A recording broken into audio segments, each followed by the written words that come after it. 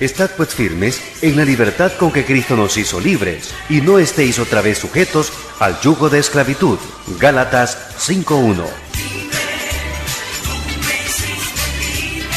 La Iglesia Bautista El Dorado tiene el honor de presentar Palabras de Libertad en labios del pastor Ricardo Fernández.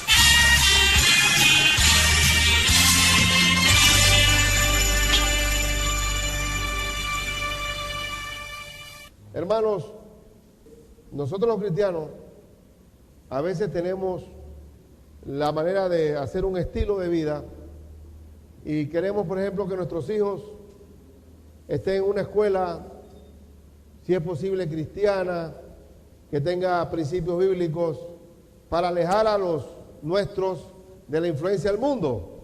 Y queremos que nuestros hijos estén allí en medio de tanta violencia y tanta maldad y tanta droga y una sociedad decadente, que ellos puedan tener una buena orientación. Y queremos normalizar la santidad de nuestros hijos y alejarlos del mundo. Y cuando estamos por ahí caminando y vemos a los muchachos con aretes, con rabos, con pantalones a la cadera y bien desgarbados, mal, caminando mal, hablando mal, decimos, oye, qué bueno tener a nuestros hijos bien cubiertos, con una buena escuela. Pero resulta, y ha ocurrido mil veces ha ocurrido, que cuando estos muchachos ya salen de la fortaleza de santidad que le hemos dado, se desbocan y resulta que se vuelven pecadores, dejan de venir a la iglesia. ¿Por qué? Porque estaban sometidos a un código de conducta, pero que no era espiritual, sino impuesto por nosotros, tratando de guardar un código, un comportamiento estándar como cristiano. Cuando viene el enfrentar la vida, son igual que cualquier mundano y no hicimos absolutamente nada. Nos equivocamos cuando queremos reglamentar la justicia de Dios. Cuando la justicia de Dios y el cambio del corazón lo produce el Espíritu Santo. Entonces no es un asunto de, ay, vamos a ponerle una escuela, un ambiente. Si él mismo no es redarguido y cambiado por el Espíritu Santo, en cualquier momento, en cualquier oportunidad, él vuelve al mundo. ¿Por qué? Porque no fue genuino. En el día de hoy vamos a hablar sobre la justicia de Dios. La justicia de Dios. La justicia de Dios es más allá de no oír música mundana, de no poner ya ningún tipo de cuadro raro en la casa. Es más allá de eso. Es más que el devocional diario de leer la Biblia y orar. Es una vida que queremos entregarla al Señor para que pueda Él valerse de nosotros para hacer su voluntad. Vamos a hablar sobre la justicia de Dios. Y en esta porción bíblica del Salmo 119, que estamos en el versículo 137 al 144, se menciona 5 veces la palabra justo y justicia. Que la justicia es algo espiritual. Si venimos a la iglesia es porque le queremos agradar a Él. Queremos en verdad ser hijos obedientes a Él. Cuando hablamos de la justicia de Dios, en primer lugar, quiero recalcar que la palabra de Dios es justa. El verso 137 dice, justo eres tú, oh Jehová. ¿De quién es la justicia? ¿De quién es la justicia? De Dios. Dios es justo. Justo eres tú, oh Jehová. En nosotros no hay justicia. Nuestra naturaleza, ¿cuál es? Pecaminosa. Justo eres tú solamente, Jehová. Y eso tenemos que ponerlo bien, porque si usted quiere hacer el esfuerzo de ser justo en su propia fuerza, en decir que usted es cristiano porque no toma, no fuma y no se pone pantalones repelentes, ni está con barriga afuera como si es mujer, entonces estamos equivocados, porque la justicia no es una apariencia de piedad. La justicia no es una apariencia de piedad. Justo eres tú, Jehová. Esdras 9:15 dice la Escritura, oh Jehová, Dios de Israel, tú eres justo, puesto que hemos quedado un remanente que ha escapado como en este día. Henos aquí delante de ti en nuestros delitos, porque no es posible estar en tu presencia a causa de esto. Justo eres tú y nosotros que somos pecaminosos. ¿Habrá algo en mí? Hermano mío, cuando Cristo vino a mi vida, cuando yo lo recibí, fui revestido. Vamos a usar esta bandera cristiana que está aquí. Cristo vino a mi vida, Él me revistió de su justicia. Yo soy justo por Él, porque Él fue el justo, el único justo. No hay justo ni uno solo. He sido revestido con vestiduras nuevas y he nacido de nuevo porque Cristo está en mí. No hay nada en mí. Si yo quiero hacer la justicia de Dios olvidándome de que yo soy justo por Él, soy un hipócrita. Estoy siendo un cristiano de obras. Estoy siguiendo un legalismo. Soy justo porque Cristo vino a mi vida. El justo vivirá por la fe. Y el justo vive en la fe. Todo lo que no procede de fe es pecado, dice la Biblia. Porque ¿a qué se refiere esto? A que no podemos agradar a Dios siguiendo nuestra propia justicia. Siempre, todos los días, tengo que reconocer eso. ¿Se acuerdan del fariseo? ¿Qué hace ese hombre que vino a las bodas de mal vestido? No vino apropiadamente. Hablando del fariseo, del escriba, que tenía vestiduras humanas. Para nosotros haber entrado al reino de los cielos, tuvimos que ser vestidos de la justicia de Cristo. Y cuando venimos a Él, no podemos decir, ¿ahora qué voy a hacer? Tú todo lo que tienes que hacer es apropiarte de la gracia de Dios y decirle al Señor, Señor, en mí no mora el bien. Todo lo que hago, lo hago para la gloria de Dios. Yo debo aprender a disfrutar de la gracia de Dios. Por ejemplo, Noé. Dice la Biblia que no era justo. ¿Pero por qué fue justo Noé? Porque le obedeció a Dios y construyó un arca, un barco, un transatlántico donde no había ni siquiera agua. Creyó a Dios y condenó al mundo por su justicia, dice la Biblia. La justicia es creerle totalmente a la palabra de Dios. Justo eres tú, Señor. Justo eres tú, Señor. Usted podrá guardar todas las normas que quiera.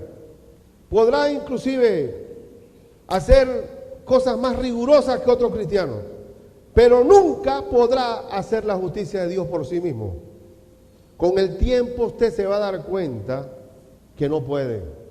Que la justicia es de Dios. Y solamente le hacemos la justicia de Dios a través de su poder.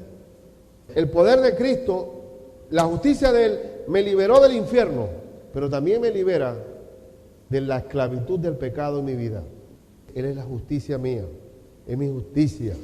Búsquense por favor, ahí en Jeremías 23:6. En sus días será salvo Judá, e Israel habitará confiado. Este será su nombre, con el cual le llamarán Jehová, justicia nuestra. Justicia nuestra. Todo lo que yo soy. Y por eso, ¿y por qué le estoy recalcando esto? Y no sé si lo estoy haciendo bien. Lo que quiero decir con esto es que si hay arrogancia en mí en cuanto a mi soberbia espiritual, eso, mi hermano, no camina. Nuestras obras delante de Dios son abominación. Lo que nosotros tenemos por sublime para Dios es abominable. Y por eso que todo lo que viene en el poder de Cristo, en su vida, en la transformación de lo que hagamos. Y cuando uno debe aprender todos los días tiene que aprender a decirle al Señor, Señor, yo solamente soy un vaso de barro, llevando un excelente tesoro que eres tú. Señor, yo soy salvo por tu gracia. Ahora, Señor, yo te entrego este día. Este día manifiéstate en mí, Señor. Con Cristo estoy juntamente crucificado, mas ya no vivo yo, mas vive Cristo en mí. No, de manera que todo lo que hago en la carne, lo hago en la fe de Cristo Jesús, que murió por mí. Todo lo que hago en la carne, Señor, ¿yo qué soy? ¿Qué soy yo? Yo soy un vaso de barro. ¿Qué soy yo, Señor? Ahora contigo soy un hijo de Dios. manifiéstate a través de mí. Ese es el anhelo del cristiano, que muera. Mire, hermano, por favor, no hay nada que podamos sentirnos orgullosos. Nosotros cuando educamos a nuestros hijos, de querer decir, oye, qué inteligente eres, mira qué lindo eres, ¿ah? Qué precioso. Y el niño, mira esa belleza de ángel que tenemos. Y de repente el niño nos muerde. Y le decimos, diablillo de porra, diablillo. Y si nosotros nos engañamos tratando de levantar a nuestros hijos, de decirle que son lo máximo, que tengan una autoimagen, que se sientan triunfadores, vencedores, que hablen con seguridad, que cuando caminen como dueños del mundo, como gente realizada. Nosotros mismos levantamos el ego y la soberbia de nuestros hijos, totalmente fuera de lugar, porque tenemos que enseñarle a nuestros hijos a reconocer que somos delante de Dios. Nosotros somos algo por la gracia de Dios, y que todo lo que hay en mí no vale nada. Pablo, que dijo que todo lo que tenía por ganancia lo estimo como basura frente al conocimiento de Cristo Jesús, y se lo estimo como pérdida. Entonces, claro, todo ese eslogan del mundo, mira, y tratar de ver cómo nos mercadeamos y mejoramos nuestra imagen y caminamos y tenemos títulos y credenciales que nos levanten y nos den posición. Tenemos que reconocer que para llegar a Cristo tenemos que decir, he aquí yo pecador, Señor. Como Juan el Bautista, no soy digno de desatar la correa de su calzado. Porque aprendemos a reconocerlo, se llama la humildad. La humildad. Mi justicia, por tanto, y tienes que aprender eso, hermano, mi justicia no tiene peso. Puede ser que no escuche música mundana ahora. Puede ser que te gustaba el rock y ahora, fuera, demonio, te reprendo en el nombre de Jesús. Fuera rock. O fuera salsa. Ya no puedo oír un timbal porque me lleva para el viejo mundo, para el hombre viejo. Ya no quiero oír timbal. Quiero oír nada que me atraiga de nuevo al mundo. Hermano, esto no es así. Eso no es así. No oigo música. No es porque estoy como hipnotizado como en las cómicas. Ven. El mundo atrayéndome, ven detrás. Soy simplemente, Cristo me limpia y me permite vivir en victoria sobre el mundo porque vive en mí. Porque en Él, el que está en mí es mayor que el que está en el mundo. Y por tanto el mundo, el diablo no me puede tocar, como dice Primera de Juan. El que es de Cristo, el diablo no le toca. El maligno no le toca. Entonces quiero que usted aprenda a no vivir bajo un código de decir quién es cristiano. ¿Quién es cristiano? El que no toma, no fuma, no bebe, no mira para un lado, no escucha música mundana, que las mujeres tienen la falda por acá abajo y el pelo por acá abajo. Esos son santos. Digo, por favor, eso es una moda de santidad. La santidad es el poder de Dios viviendo en mí. Porque ya basta de querer impresionar a Dios, de querer impresionarlo, de que mírame, Señor. Cuidado que hay una manda debajo, ¿va?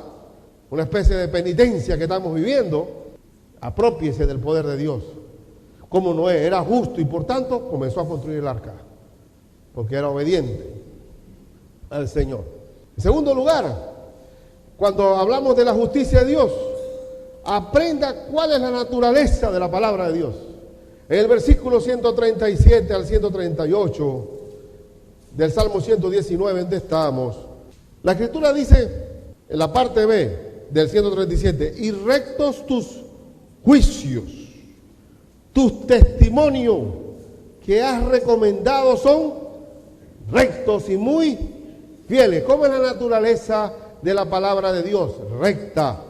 Einstein dijo, ¿de qué sirve conocer una línea recta si no se sabe lo que es la rectitud? La palabra de Dios es 100% recta. Rectos son tus testimonios y muy ¿qué? Fieles. ¿Y qué significa fieles? ¿Por qué Dios es fiel? ¿Qué significa fieles en la Biblia? Que Él cumple su palabra. Que cuando tus juicios son rectos, ¿Qué significa? Que sus juicios no son torcidos. Es una plomada. No hay cambio en ellos. No hay nada bajo cuerda. Sus juicios son rectos. Es como si construyéramos una casa y no tenemos un metro, no tenemos una cinta, no tenemos nada. Y dice, bueno, vamos así a hacer la casa. Dice, pastor, ¿usted cree que aquí haya 3 centímetros? Bueno, más o menos, pero dale plomo. Aquí habrá 1 pulgada. Y comenzamos a construir la casa. Uno midiendo por un lado, el otro por el otro. Encárgate tú por aquel, de la terraza. Tú agárrate de los cuartos. Dale la medida, como salga esa casa. Chueca, torcida. ¿Por qué? Porque la iglesia de Cristo se sostiene sobre la rectitud de la palabra de Dios. Nosotros tenemos que saber que la palabra de Dios es 100% confiable. 100% confiable. Rectos son tus caminos. Dios cumple su palabra. Cuando el apóstol Pedro dice, desead como niños recién nacidos. ¿Cómo? La leche espiritual no adulterada, que es la palabra de Dios, para que por ella crezcáis para salvación. ¿A qué compara el apóstol Pedro la Biblia? Con la leche materna. Usted sabe que no hay leche que pueda sustituir la leche materna. Hay un montón de leche que hay en el mercado porque el niño vomita, porque no asimila, porque lactosa que tiene le afecta. Bueno, yo no sé, esos problemas no sufren los campesinos. Los pegan ahí y listo. Ellos no tienen que ver con nada de esas cosas. Pero, ¿qué dice? Tus juicios son rectos y mira que usa la palabra muy fieles, porque David comprobó que Dios no miente. Hoy estaba sirviéndome el café y estaba abriendo una cremora. Y bueno, y saqué y tapé y le eché la cremora. Ahora yo pregunto, ¿qué será la cremora? ¿Será leche? Eso no es leche.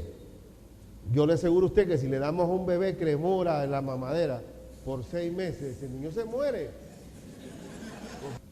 Porque eso no es leche. Si tomamos cualquier tipo de sustancia nutritiva en nuestra vida espiritual que no sea la palabra de Dios, nos morimos. Entonces, aprender que el único justo es Dios y que la única pureza que nosotros tenemos en esta tierra es la palabra de Él. Él dice que Él es la antorcha que alumbra en lugar oscuro. Es la palabra de Dios. Esto me lleva a lo que dice Proverbios 35. Toda palabra de Dios es limpia. Él es escudo a los que en Él esperan. No añadas a sus palabras para que no te reprenda y seas hallado mentiroso. Toda palabra de Dios es limpia. ¿Existe agua limpia? Ahora mismo hay el cloro para purificar el agua. Y cada día tiene más cloro el asunto, que cada día está más sucia. Pero la Biblia es una agua, dice Cristo cuando le dijo a la samaritana, tú tomas de esa agua y volverás a tener sed. Pero si tomas del agua viva que te voy a dar, no tendrás sed jamás. Porque la palabra de Dios es limpia. El salmista está recalcando esto. El mismo Salmo 19, versículo 8. Salmo 19. No tenga pereza para buscar la Biblia, hermano.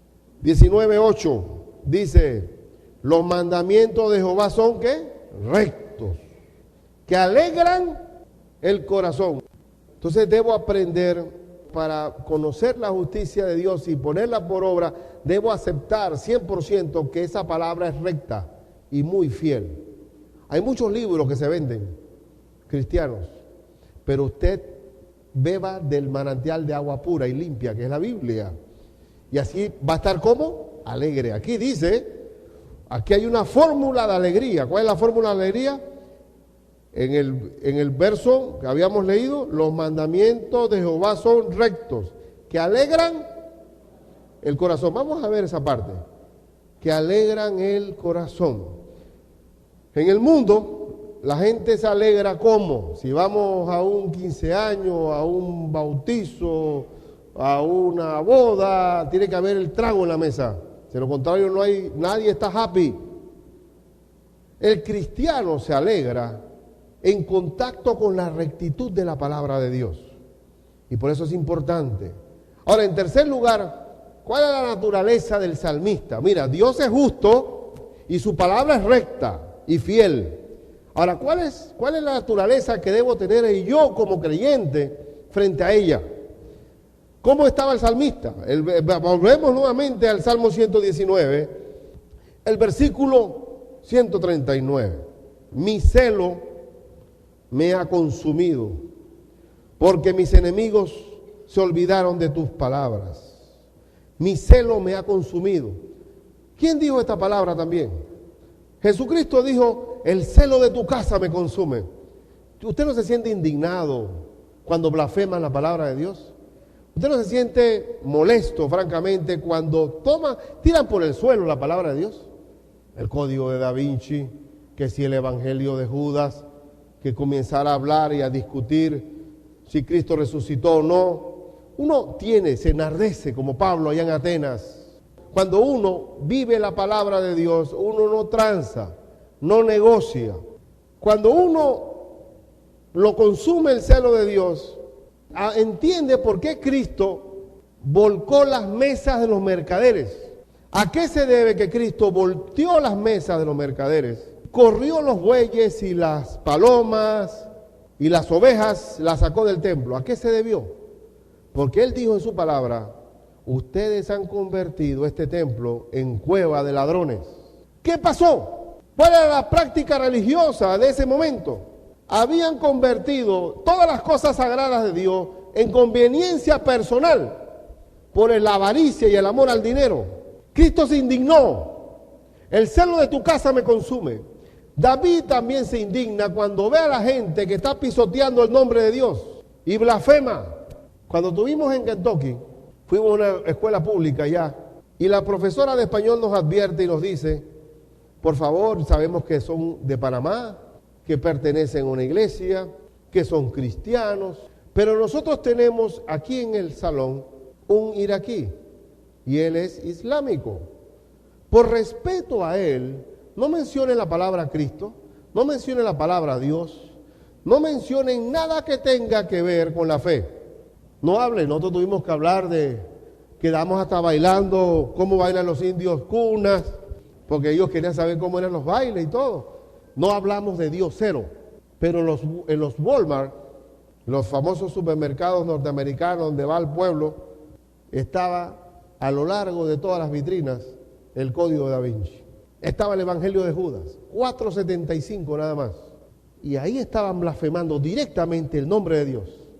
Una nación que nació de Cristo, una nación pionera, cuyos pioneros fueron cristianos, hoy están blasfemando y pisoteando el nombre de Dios. Yo me sentí un celo. Yo se lo mencioné a ellos. ¿Cómo le cae a la boca a uno de que no mencione a Cristo? Y aquí hay una vitrina que blasfema el nombre de Cristo. Amílcar bajó todo un documental que pisoteaba el cristianismo, hecho por un alemán, no sé por dónde. Y dice, Papa, ven a ver, yo no puedo ver eso. Y él lo bajó, pero mira, tienes que ver cómo trabaja el diablo. Es que no puedo, me siento una indignación. David sentía lo mismo. Cuando pisoteaban el nombre de Cristo, él se sentía indigno. Y nosotros, hermanos míos, tienes que estar seguro cómo debe ser nuestra naturaleza. Nuestra naturaleza es que somos portadores de la verdad. Tenemos la verdad. Aunque el mundo diga, ustedes se creen dueños de la verdad, sí somos dueños de la verdad, porque Cristo es la verdad, el camino, la verdad y la vida, es cierto. Y el que no tiene a Cristo va para el infierno, es cierto. No puedo ponerte tibia al agua, es así. El celo de tu casa me consume. Cuando Cristo volcó las mesas, inmediatamente querían matarlo. Y quiero decirles que Él les dijo, destruiste este templo y en 3 días lo reedificaré. ¿Hablando de qué? De que una vez resucitaba iba a haber un templo no hecho a mano. Y esa afirmación fue la que lo llevaron a él a la denuncia allá cuando fue acusado ante el Sanedrín judío. Uno se indigna, siente celo por las cosas de Dios. Y aquí en el versículo que estamos mirando, en el Salmo 119, mi celo me ha consumido porque mis enemigos se olvidaron de tu palabra. Sumamente pura es tu palabra y la ama tu siervo. Miren, sumamente pura es tu palabra, sumamente pura. ¿Te acuerdas que la vez pasada había hablado de que es más fina, más pura que el oro fino? Y ahora habla, sumamente pura es tu palabra. ¿Y qué pasa cuando uno tiene contacto y todos los días está buscando el rostro de Dios y le está diciendo no solamente leer la Biblia, sino decirle, Señor, hazme vivir. Tu siervo mira y valora que es sumamente pura tu palabra. ¿Cómo uno se vuelve? Se vuelve humilde, hermano mío. Se vuelve humilde. El hombre mejor dotado, el hombre más brillante de los judíos se llamaba el apóstol Pablo. El apóstol Pablo era ciudadano romano, políglota, había hablado varios idiomas. El apóstol Pablo había sido formado a los pies de Gamaliel, el maestro más brillante de la época. El apóstol Pablo era hebreo de hebreos. El apóstol Pablo era brillante. Cuando Pablo comienza a perseguir la iglesia y Dios lo derriba camino a Damasco, ¿cuál es la opinión que tiene Pablo ahora frente a Dios? ¿Cómo él se siente ahora? Primero era soberbio, era impetuoso. Ahora, ¿cuál es la calificación que se da a Pablo? Por favor, miren en la Biblia, en Efesios 3:8, ¿cómo se ve Pablo a sí mismo? Dice la Escritura, a mí que soy menos que el más pequeño de todos los santos. ¿Cómo se consideraba Pablo? El más pequeño de todos los santos. Me fue dada esta gracia de anunciar entre los gentiles el evangelio de las inescrutables riquezas de Cristo. A mí, que soy el más pequeño de todos los santos. Yo no lo merecía. Observen sus palabras en 1 Corintios 15:9. Le hace el 8 también. Y al último de todos, como a un abortivo, me apareció a mí, porque yo soy el más pequeño de todos los apóstoles, que no soy digno de ser llamado apóstol, porque perseguí a la iglesia de Dios. Y yo no entiendo a veces cómo uno puede hacer soberbio, mire. A medida que caminamos en la vida del Señor, más humildes nos volvemos. Debería ser así. El tomar del agua limpia, recta, justa de la palabra, de la leche espiritual no adulterada, nos vuelve humildes. Yo perseguí a la iglesia de Cristo. El abortivo, usted se diría abortivo. Y miren el último texto en relación a Pablo, 1 Timoteo 1:15, que dice, palabra fiel y digna de ser recibida por todos, que Cristo Jesús vino al mundo para salvar a los pecadores, de los cuales yo soy el primero. Entonces, cuando caminamos con el Señor y vamos asimilando esa palabra y poniéndola por obra, ¿cuál es la conducta? De humildad, de humildad. Pero sin embargo, cuando apenas estamos caminando, somos niños espirituales y estamos creciendo, nos sentimos por cualquier cosa. Cualquier cosita que nos roza nos duele. Pero a medida que crecemos en la palabra, más humilde debemos ser. Más humilde debemos ser. Más humilde. David lo dijo. Busquen de nuevo el Salmo 119. Y usted disculpe que me lo mire de allá para acá, de aquí para allá, pero ¿qué podemos hacer si la palabra es tan amplia y no tiene acabadero? ¿Qué quiere que hable? ¿Que hable yo? No. Miren lo que dice. ¿Cómo dice David? Pequeño soy yo. Verso 141. ¿Cómo se consideraba Pablo? Pequeño. Pequeño soy yo y desechado, mas no me he olvidado de tus mandamientos. Cuando tenemos contacto con la palabra nos volvemos humildes. Pequeño soy yo. Pequeño. ¿Se acuerdan cuando David en la escritura dice que el arca de Jehová vino de vuelta a Israel y David estaba tan feliz porque David amaba la palabra, porque David era un hombre que sabía que la palabra era pura y lo dice, en todas formas lo dice en este Salmo 119. Y dice que cuando el arca vino él estaba feliz y estaba danzando de alegría, y porque él, lo más grande para él era eso. No era un reinado del de calle arriba y calle abajo, no era eso. Él estaba feliz porque el arca había llegado y estaba contento. ¿Por qué? Porque amaba la palabra. El fondo de David era por el amor que le tenía a Dios. Enseguida la aristocracia de Mical, la hija de Saúl, ¿qué pasó? Sintió que David había perdido el caché de rey, que estaba avergonzando la corona. Y observen, vámonos al texto para que vean a Mical, las palabras de Mical frente a la actitud de David.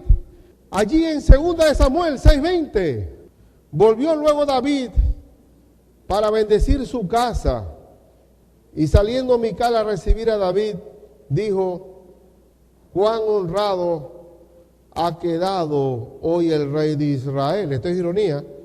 Descubriéndose hoy delante de las criadas de sus siervos, como se descubre sin decoro un cualquiera. Había perdido caché, monarquía, la aristocracia.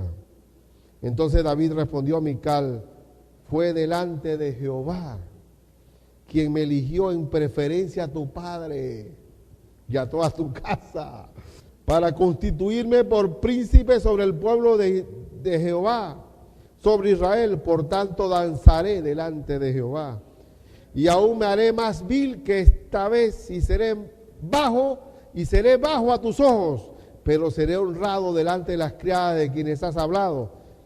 ¿Y cuál fue la maldición? Y Mical, hija de Saúl, nunca tuvo hijos hasta el día de su muerte. Pequeño soy. Y cuando uno está pequeño delante de Dios, uno sabe que la gloria es para Él. No está buscando como Saúl. Saúl es un tipo de rey carnal que se siente celoso con aquel muchachito que mató al Goliat, y se siente que ese muchachito lo va a desplazar en el trono, y comienza a perseguirlo porque él buscaba su propia gloria. Y David no puso un dedo sobre Saúl porque él decía: era el ungido de Jehová, un hombre temeroso de Dios. Y por eso que cuando el arca entra, él está feliz, porque la presencia viva de Dios está allí. Y hermano, ¿qué usted quiere? ¿Vivir como Mical? Pura apariencia. Eso es lo que tenemos que aprender de la naturaleza del salmista. Tu celo, el celo de tu casa me consume. Y también tenemos que aprender, estoy terminando, la naturaleza de la justicia de Dios. Cristo dijo: si vuestra justicia no es mayor que los escribas y los fariseos, no entraréis en el reino de los cielos. ¿Y por qué Cristo desechó a los escribas y los fariseos? Que supuestamente hacían todo lo que Dios decía. Los escribas y fariseos habían convertido los mandamientos de Dios, lo habían desechado y habían constituido mandamientos de hombre. Por ejemplo, y Cristo se los dijo en la cara: la ley de Jehová dice: honra a tu padre y a tu madre. Pero ustedes dicen: es corbán, mi ofrenda es para Dios. Mentira que echaban la ofrenda en el templo. Era un decir: no te puedo sostener, papá, mamá, porque mi ofrenda es para Dios. Y dice: y ustedes han invalidado un mandamiento de Dios por un mandamiento de hombres. Y habían convertido en penosas cargas la palabra de Dios al pueblo. Y Cristo le dice: si vuestra justicia no fuere mayor que la de los escribas y fariseos, no entraréis en el reino de los cielos. Pero ahora, ¿quién entra pues? Si el fariseo era un hombre recto, el fariseo ayunaba todas las semanas. Ayunaba el fariseo 2-3 días a la semana. El fariseo se congregaba todos los días. El fariseo oraba delante de las plazas. El fariseo andaba siempre bien vestido, con mantos, con filatelias. El fariseo diezmaba. ¿Nuestra justicia es mayor que los fariseos? Pero ¿sabes quién fue mayor que todos los fariseos? ¿Quién es mi justicia? Cristo es mi justicia. Cristo es mi justicia. Y aquí es donde les digo a ustedes, usted nunca cumplirá los requisitos de Dios, no importa las veces que lo haga, porque eso se hace en el poder del Espíritu Santo. El fin de la ley es Cristo para justicia. ¿Qué pasó con el fariseo? Ignoraba a Cristo y aplicaba su propia justicia. Yo no soy cristiano porque no oigo música mundana. No tiene que ver con asunto de obras, sino que estoy en Cristo. No sé si yo he estado claro en ese asunto, porque me preocupa, porque no quiero una iglesia legalista. No quiero una iglesia de pantalla, de fariseos, de aparentadores. No la quiero. Usted nunca cumplirá los requisitos de Dios, no importa cuántas veces lo intente. Deje que la justicia de Dios se haga en Cristo, porque Cristo está en usted. Y un versículo más. 2 Corintios 5, 20, 21. Dice la Escritura: así que somos embajadores en nombre de Cristo, como si Dios rogase por medio de nosotros. Os rogamos en nombre de Cristo, reconciliaos con Dios. Al que no conoció pecado, por nosotros lo hizo pecado, para que nosotros fuésemos hechos justicia de Dios en él. ¿Qué soy yo? Para que nosotros fuésemos hechos, ¿qué? Justicia de Dios en él. Solo hecho de que Cristo está en mí me ha hecho justo. Justicia de Dios en él. Y por tanto, todo lo que haga, lo hago en Cristo. Y volviendo al Salmo 119, la parte final. Vamos a leer el versículo 142 al 44. Tu justicia es eterna. Hermano, lo que hoy es palabra de Dios, por la eternidad es palabra de Dios. Y tu ley la verdad. Tu justicia es eterna. Tu ley la verdad. En el 143 siempre hay dos amigas que tenemos siempre con nosotros: aflicción y angustia. El 143 tiene que aprender usted a vivir que va a tener dos amigas en el mundo, en el camino: aflicción y angustia. Aflicción y angustia se han apoderado de mí. Esas son dos personas que están siempre al lado nuestro. Tenemos el poder de Dios, pero tenemos aflicción y angustia también. Oye, ¿quién va contigo? Va Cristo conmigo, pero también vienen ahí aflicción y angustia. Eso es parte. El creyente que no piensa que aflicción y angustia va a estar ahí, está perdido. Pero ¿qué dice la Biblia? El perfecto amor echa fuera el temor. ¿Qué dice la Biblia? Que el Salmo 1 que dice que si me deleito en la palabra de Dios de día y de noche, seré como ¿qué? Como árbol plantado junto a corriente de agua, que su fruto da su fruto a su tiempo y su hoja no cae. Entonces aflicción y angustia van hasta ahí tratando de traerme veranillos y sequía, pero el río está pasando siempre al lado del árbol. Todos los árboles por allá. Oye, subió el barril de petróleo a $109 el barril. Vamos a comernos aquí. Aflicción y angustia, se está acabando el mundo. Pero Cristo sabe, pues, aflicción y angustia, pues estará ahí con nosotros. Y si hay que coger la bicicleta, se coge, pero bendito sea el Señor, porque nos acompaña el Señor. Porque su palabra es eterna. Siempre va a haber circunstancias de aflicción y angustia. Entonces, aquí, en todos los versos que hemos visto del Salmo 119, aflicción y angustia siempre ha estado ahí. En todos, Así que si tú le dices, Señor, que no haya angustia ni aflicción en mi vida, que yo camine, Padre, mira, todo bien, Señor, líbrame de todo. Pero hermano, estamos en el mundo y el mundo no es justo. Entonces, las viejas amigas, aflicción y angustia, ¿sirven para qué? Para madurar en la palabra. Aflicción y angustia son dos amigas malcriadas que siempre están ahí al lado de uno, pero nos enseñan a depender de Dios. Nos dan paciencia, Dios nos da paciencia a través de ellas. Así que aprenda a tener a estas dos vecinas cerca de su casa. Y el último texto está en Proverbios 18:10. Es un texto precioso que lo debe tener frente en la placa de su carro al frente. Hacer una placa con este versículo es bonito. Proverbios 18:10 dice: Torre fuerte es el nombre de Jehová. A él correrá el justo y será levantado. Así que aflicción y angustia puede estar ahí, pero yo tengo una torre fuerte en todo momento, porque es la palabra eterna de Dios. Y en conclusión, queridos hermanos, pregunto yo, ¿usted está cansado? Pregunto hoy, ¿está cansado de intentar establecer su propia justicia? Yo quiero ser santo.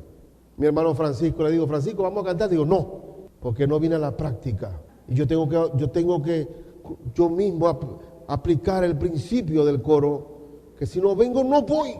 Y papito fue allá a buscarlo, porque él sabe que corazón que él es servidor, pero él tratamos tratando de agradar a Dios en nuestra propia justicia. Es difícil, imposible. ¿No se ha dado cuenta usted, escuchen, no se ha dado cuenta usted que nunca va a lograrlo? Sed santo como vuestro Dios es santo. Cuando me invocan ese versículo, sin santidad nadie verá al Señor. Pero bendito sea el Espíritu Santo, que Él sí es santo y que Él me santifica. Entonces, ¿saben lo que quiero decir? Mucha gente nunca ha podido madurar, que no puede vivir su propia justicia. Hay gente que nunca aprende o tarda muchos años en entender que somos justos por el poder de Cristo. Tarda muchos años. Entonces, por favor, hermano, deje de impresionar a Dios. Usted no trate de impresionarlo. Eso pasó a la historia, de ponerse frijoles en los zapatos y echar una caminata larguísima o una correa de alambre púa para que el Señor vea que estamos afligidos. Cristo cumplió la ley por mí. Cristo cumplió la ley por mí. Entonces mi exhortación esta mañana es que aprópiese de la gracia de Dios. Agradezca a Dios que es salvo. Agradezca que por gracia usted no está en el infierno ni va a estar en el infierno. Apóyese en la justicia de Dios y dígale: aflicción y angustia pueden quedarse por un rato, porque yo me apoyo en la palabra eterna de Dios. Amén. La Iglesia Bautista El Dorado ha presentado Palabras de Libertad. Recuerde lo que dice Gálatas 5:13, porque vosotros, hermanos, a libertad fuisteis llamados, solamente que no uséis la libertad como ocasión para la carne, sino servíos por amor los unos a los otros. Le invitamos a escuchar nuestro próximo programa a esta misma hora y por esta misma emisora.